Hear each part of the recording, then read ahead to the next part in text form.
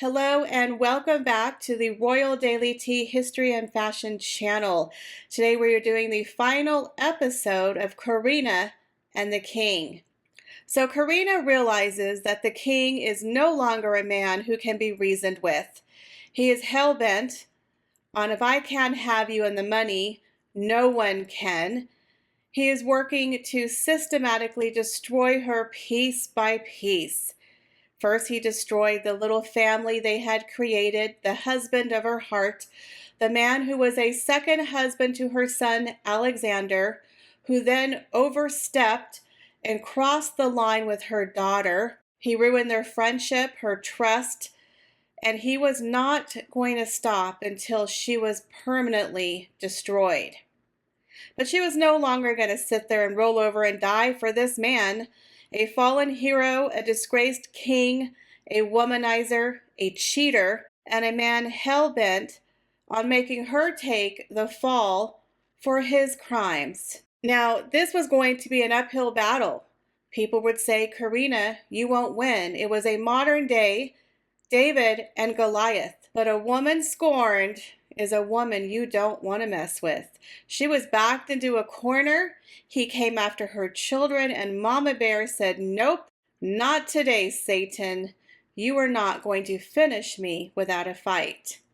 And fight back she did. So now Corinna, who is still being investigated for her connections to the crimes she's been accused of by the Swiss government, is now facing excommunication from her friends, strained relationships with her families, her reputation in the toilet, her business is hanging on by a thread, and now the final piece, her money. Her cards stopped working, transactions stopped going through, bank accounts and everything with her name on it is now frozen due to the investigations. She starts to panic. How is she going to live? How is she going to pay her bills, her employees? She needs help, and she needs to find a loophole to outsmart the cards that are being stacked against her. So not only is she being investigated by the Swiss government investigating her, but now she could possibly face a huge investigation in the United States due to the large 65 million euro gift that Juan Carlos gave her, with some of the money being in the U.S. Now, Corinna was still being crucified in the press in Spain. They had literally made her out to be the white devil. People still blamed her for the fall of the king, even though he did it to himself. People didn't want to blame Juan Carlos, so they blamed Corinna. Again, people thought that she stole money from Spain. They thought she stole money from the king. She's involved in all these embezzlement and money laundering schemes. So now Corinna definitely is in the biggest fight of her life. So in August of 2020, more than a year after Corinna and the king had that ill-fated meeting and lunch at her London apartment, Juan Carlos announces he is going to leave Spain.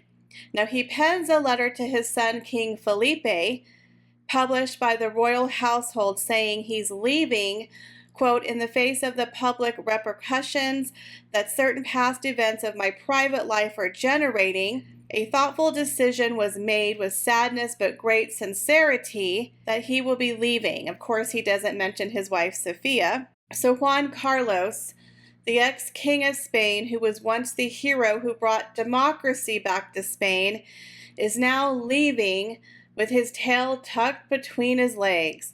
He was born in exile and now will be living the rest of his life in exile. So after the announcement came that Juan Carlos was officially leaving Spain due to his corruption and reputation that was damaging to the royal family, many people were speculating perhaps he was going to a luxury resort in the Dominican Republic, perhaps he's going to sail in Portugal, but eventually they found out he actually went to Abu Dhabi, the land and playground of the rich. Now, Abu Dhabi and the United Arab Emirates has a certain reputation.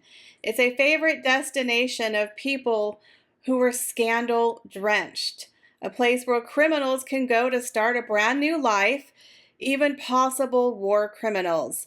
It's a place where you can pretty much get away with anything, a perfect place for an ex-disgraced king who is facing multiple possible charges of money laundering. So Abu Dhabi is a place where he can go and be out of sight and out of mind. So Juan Carlos is living the life of an Arab sheik in the lap of luxury, walking away from facing any charges of his possible connections to his crimes and money laundering. But Karina is living a much different life. She's there holding the ball, still being investigated by the Swiss government. All of her bank accounts are frozen, and now there's a new threat of a possible investigation by the United States. So what does Karina do? She says, screw it, I'm done. And she walks right into the lion's den, and she heads over to the FBI in the United States. Now, Karina says that facts have always been her friend, that when you tell the truth, you have nothing to worry about. And she knows 100% she is not guilty of any of the crimes that she has been accused of, and she's going to prove her innocence. So Karina, in the spring of 2021, travels to America for a mock interrogation with the Department of Justice and the FBI. Any possible crime that uses a single US dollar can be prosecuted by the DOJ, and that's what's happening with Karina. Now, every single day for 2.5 weeks in a hotel in Miami, Karina met with her lawyer and the FBI, and they would spend 8 to 9 hours a day fine-tuning and going over every single detail, every single receipt of her financial past. They had to make sure that every I was dotted and every T was crossed. It was brutal. So Bill McMurray, who is the lead investigator working with the FBI and Karina, says it became very clear that when the king gave Karina that huge gift, part of that gift ended up in the United States, which led to Karina's issues. It's very clear that the former king had intentions of getting access to at least portions of that money again, and that Karina knew that if she was to acquiesce, she would be accused of facilitating money laundering, and if she used as sort of somebody who was holding money on his behalf, again, it would lead back to her being indicted. But Karina never gave the king access to his money. So thankfully, Karina understood that part and was smart about not accessing that money. Now, Karina was definitely not in the clear. She was not out of the woods. This was just a mock interrogation that she went through with the FBI and her lawyers, but now she actually had to go to Washington, D.C. for the real interrogation. But she had to be very careful not to give away her name and her location, because the king still had eyes and ears everywhere. So she had to use an alias when she checked into hotels. Nothing was in her name. Again, she's doing something that could implicate the king in money laundering and clear her name. So she knew she had to be ultra careful in this little cat and mouse game, but her freedom was at stake. So not only was Karina being interrogated in Washington, D.C., she also, with her entourage and her lawyers, had to relocate to New York City, where she would face another round of grueling questions. She was there to defend herself, to tell the truth, and to throw the naysayers under the bus. So she ended up staying a whole weekend there to recharge. And of course, she had a little R&R and met with her new boyfriend, an Italian opera conductor by the name of Elvis Casalati. Now, the two of them made lunch plans at a restaurant on 55th Street. Now, this was during the height of the worldwide pandemic, so the streets were pretty bare. They went to a really nice Greek restaurant, It was very, very quiet on a Sunday afternoon. Now, Karina was sitting there, and there was one other family also in the restaurant, a man, a wife, his two children. Now, while they were having lunch, she noticed the family was sitting quite close to them. But again, surely it's just a family enjoying a Sunday lunch. So Karina is out dining with her new boyfriend. There's a small family in the corner. She doesn't think anything of it. But in the world of Corinna and the king, nothing is as it appears, and people are not who they seem. The very next day, in Spain, they published a gossip column with the headline, "Exclusive Photos, Corinna, the former friend of King Juan Carlos, goes out with an orchestra director." They revealed details about her boyfriend, his education and career, and the fact they kissed in public. Scandalous. The photos are grainy, like they were taken with a phone and zoomed in, or screenshots are from a video. Either way, they're definitely not by a professional paparazzo. So it became very obvious to Karina that somebody had followed her, recorded what they were doing, what they were ordering, because they were clearly too far away to be able to listen to what she was doing. So Karina realizes that the little family who was in the restaurant, the man who was wearing a cast, was really hiding a recording device. Like she said, King Juan Carlos had eyes and ears everywhere. So they immediately went back to the restaurant to find out, who is this person? Who was surveilling us? How did this happen? She's using aliases. She's in New York City. And somehow they found her and reported her to the tabloids in Spain. Now, the manager at the restaurant gives them the information of the people who were sitting in the restaurant with Karina. She finds out that it's a gentleman by the name of Marco Antonio Echon.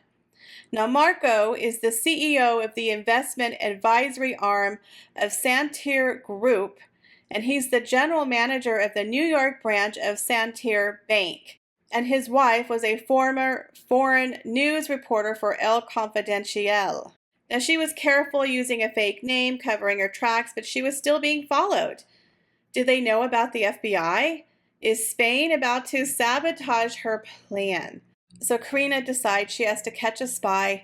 She gets on the phone and calls Bill McMurray, her contact that she's working with at the FBI, and lets him know what's happening.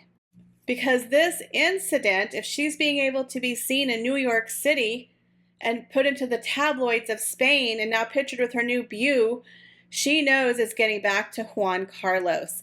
And this is putting her in a very dangerous position. She can't let Juan Carlos know she's talking to the FBI. So her lawyer draws up a cease and desist letter, and Bill McMurray delivers it to Echon's apartment in Manhattan. So Karina had spent 6 months with the FBI in the United States, and they found absolutely no infractions whatsoever. So it's a win for Karina. Swiss investigators also decide that Karina didn't commit a crime, and they close their case against Karina.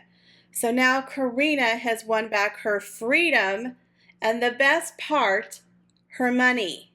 That's right, Karina gets to keep the 65 million euros because a gift is a gift.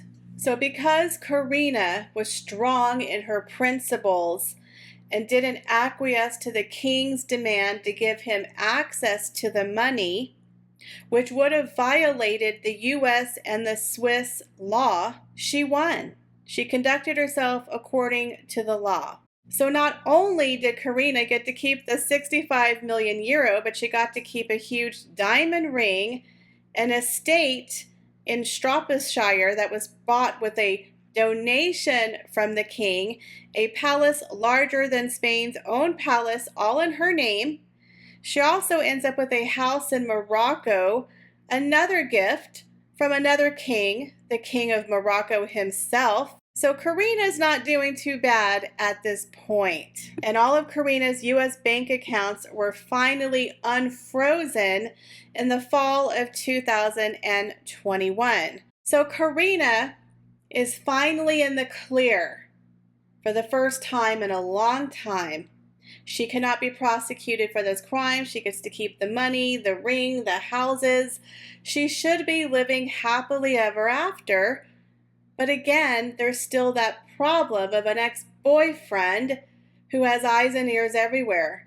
Will he ever stop the harassment? And people in Spain still despise Corinna, still consider her the white she-devil, and make her responsible for the downfall of King Juan Carlos, their former hero. But Corinna is still not satisfied. Even though her investigations weren't yet 100% resolved, she decides to lay the final blow. She wants justice. She wants justice. So she files a lawsuit of harassment against King Juan Carlos and also General Jean Rodon, who stepped down in 2019. Corinna said she had a very strong sense that this sort of harassment should never ever be allowed to happen again in Spain. She wanted to create a brand new case law where people no longer have immunity from the law, where they can abuse and harass people, especially women and children or staff. She wanted to work on the sovereign immunity and make people accountable and liable for their actions. Now, this is a huge historical groundbreaking fight, and King Juan Carlos is not backing down from a fight. He tried to challenge the jurisdiction of the English courts, and his argument was, well, once a royal, always a royal, citing UK's State of Immunity Act of 1978, which gives the all clear for sovereign and other heads of state. But in March of 2022, the judge ruled that Spain's sovereign and the head of state was not the exiled King Juan Carlos, but instead his son, King Felipe. So now Juan Carlos cannot be protected by the Spanish crown. In July of 2022, Juan Carlos files an appeal to claim immunity for the period before his abdication in 2014. Now, Corinna's lawyers say the trial could be held sometime in 2023. Now, this is still an ongoing lawsuit where the king is trying to get his immunity instated, but he might lose it. And if he loses immunity, he could find himself in some very serious trouble because Corinna is suing him for stalking and harassment, what he has put her through for the past 10 years. Now, Corinna has found a new calling in life. She's kind of resurrected herself, where she's kind of an activist helping other people who have found themselves in the same kind of trouble that she once was in. Corinna says you can never predict with someone if you're dealing with a split personality, with someone who turns into a stalker, someone who harasses you, tries to incarcerate you, destroys your family. She says, I think no one who's ever met King Juan Carlos would ever detect this capability. And that is part of why he's been able to do it for so long. So the ongoing saga and soap opera of Corinna and the King is still going on to this day. They still have legal proceedings and an open court case in the UK. Now, they are expected to return back to the courts sometime in 2023, so I will keep you posted of any updates to this case. Now, interestingly, there is a new docuseries that's being produced by Sky TV called Juan Carlos, Downfall of the King. I will have the official trailer for you down below. It is coming out on May 21st. Now, Corinna herself is also going to be starring in this docuseries, and they're going to talk about everything that we covered in this series. So on top of the ongoing lawsuit that's happening in the UK courts and a brand new TV docuseries which dropped on May 21st, there's now a brand new book that dropped on May 8th about King Juan Carlos called King Corp, The Untold Empire of King Juan Carlos I, where they allege that he has a possible illegitimate daughter. So these scandals just keep on coming for King Juan Carlos. Will he finally pay for all that he has done to Corinna over the past 10 years? So I hope you guys enjoyed this story of Corinna and the king, and I will keep you posted on all new updates in regards to their ongoing court case. Leave me your comments, guys, down below, and I hope to see you in the next video. Bye, guys.